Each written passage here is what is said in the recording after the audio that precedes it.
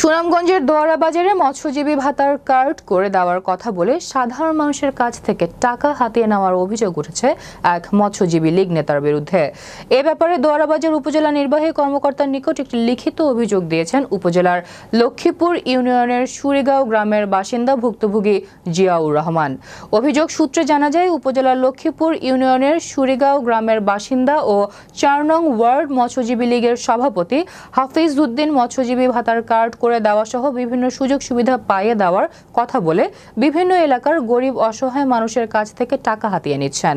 এ ব্যাপারে Lakshmipur UP chairman Zahirul ইসলামের কাছে ভুক্তভোগীরা বিচার প্রার্থী হলে তিনি হাফিজ উদ্দিনকে নোটিশ করেন। নোটিশ করার পরেও মৎস্যজীবী লীগ নেতা হাফিজ উদ্দিন কোনো পাত্তা দিচ্ছেন না। অভিযোগকারী জিয়াউর রহমান বলেন, হাফিজ উদ্দিন মৎস্যজীবী লীগের সভাপতি পরিচয় দিয়ে এলাকার অসহায় মানুষদের কাছ থেকে মৎস্যজীবী কার্ড করে দেওয়ার কথা বলে জনপ্রতি 200 থেকে 500 টাকা নিয়েছেন।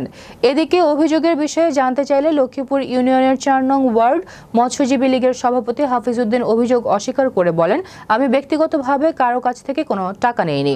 তারা নিচে এটা ওই যে আপনার মৎস্যজীবীর কার্ড আছে না, কার্ডের একটা অনুদান আনবার লাগে হ্যাঁ নিচে গেছুর দিনে, বুঝছেন, কইছে দিব, দিছে না আমরা তারা কিছু কইছে।